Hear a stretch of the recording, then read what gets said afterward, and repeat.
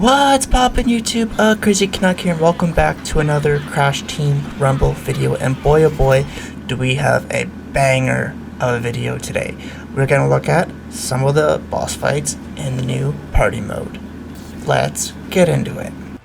First up is Volcano Eruption. You unlock this boss fight by collecting all the boss tokens and completing all the waves and dig it. Now, the premise of this boss fight is pretty much the same as the minigame. You go around digging and collecting the buried bones and bring them back to the center to create a skeleton. Sounds pretty easy and straightforward. Well, do I have news for you. This minigame, I think, is by far the hardest of all the boss fights.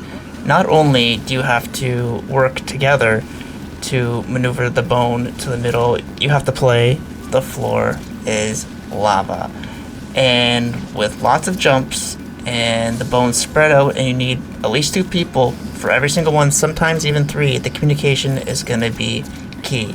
So playing this one with a bunch of randoms is definitely very, very frustrating. Nonetheless, I had a very good time in this lobby. This guy playing as Crash actually, knew what was what, and we were able to work together without any kind of form of communication. The other players, not so much, as you're going to see towards the end. But I think, this party mode is a great addition to Crash Team Rumble, especially with the boss fights. Instead of competing against each other, you have to work as a team. But yeah, I think this one is definitely, by far, the hardest boss fight of the lot. As challenging it might be, it is still a super fun time. Now, who doesn't like digging up dinosaur bones over lava and then creating a skeleton out of it? I tell ya, they know how to have a good time over there at Crash Team Rumble. But at least one of our teammates is collecting the clock, so is buying us some time, and we're actually doing, I think, pretty well.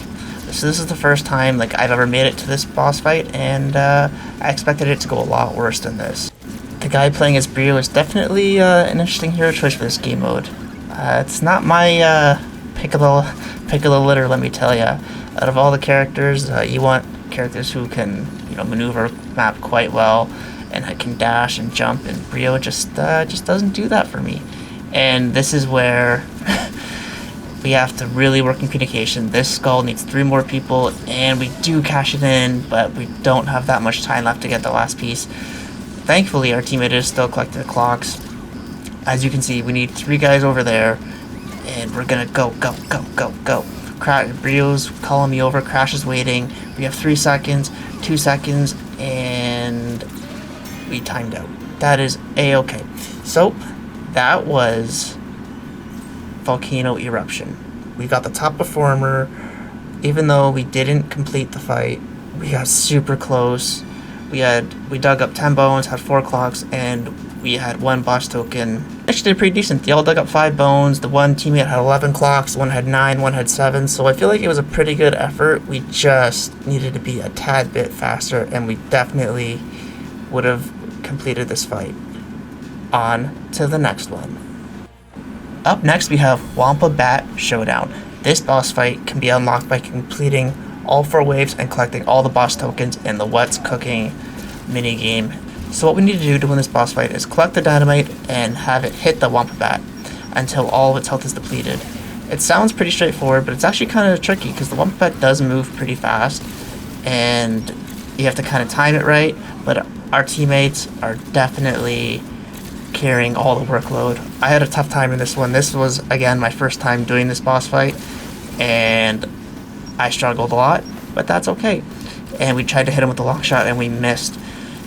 We do have to be worried about the time, so I'm just going to try my best to hit the Wampa Bat and collect the clocks, so my teammates that do know what they're doing have the most possible time to do this. Personally, I like Dingodile for What's Cooking in this fight, just because you have the vacuum and it has the range to suck things up, and you don't really need to move too much because you have that the long shot ability across the map. But we have 5 seconds. Can we keep it up? Oh, our teammates are going ham. We got stuck. That's okay. Come on, hit him, and I think we hit him. Come on, 5 seconds. Another clock. Oh, and the bat hit us, and we died. That's okay, because we can respawn, and oh my gosh, within a nick of time, we almost failed again. That would have sucked to lose 2 boss fights at the very end of the fight, and our teammates are just, they're going ham, they're going bananas. We're not doing too much, but our teammates definitely carried us. Dr. Waffles with the top performer of the game. Big shout out to him. Thanks for carrying us. Now let's see how we did it as a team. So I had 9 ingredients, 2 clocks, and 2 tokens. Dr. Waffles had 22 ingredients, 5 clocks, no tokens, and Santy Boy had 20. So yeah, we were definitely carried. The other guy had 15. That's okay. We won. That's all that matters. As long as we got the W. And we're starting to work our way through the battle fast. We're kind of slacking. We haven't had that much time to play, but we're chipping away at it when we can. And we're getting our Dingodile up there. On to the next one. Up next, we have the Uka Uka Showdown boss fight. I actually really like this one. You unlock this boss fight by completing all the waves in the speed run and collecting all the boss tokens. So you have to go around hitting the checkpoints and the rockets while avoiding the nitro like we didn't do there. And with the rockets, they go and they hit Uka Uka until all of his health is depleted in the allotted time. On top of that, he shoots like these meteors at us like it does in the Epic Relic Station, plus there's the pinball bumpers. So we got our work cut out for us, as we have to have the best cat and mouse game of our lives. And we're doing actually pretty good. We're hitting them, we're for the most part avoiding stuff. As I say that, we get hit. But yeah, there's so much nitro and there's a lot of meteorites. So we just gotta go and fire the rockets by hitting these checkpoints. See, we get the rocket checkpoint and it fires and hits them. So it's very crucial that we stay moving, and we died. So it's just us saying we were doing good. We are not doing great, but we are actually taking a lot of his health down, and we do have some ample time, 9 seconds, 8 seconds, 13, 12. So we're looking pretty good actually. This is probably my favorite boss fight. It's probably the easiest one too that we've done so far, and we do get the dub. It's time to see how we did in the speedrun minigame and Uka Uka Showdown. So we kind of fell off a bit. We were the worst they had, and we had 105 checkpoints, 8 clocks, and 2 tokens. We started off really strong, and then like somewhere along the line, we just kept dying during the speedrun. So that's why we only have 105, but we got the win. Can't complain too much. Had a lot of fun with this.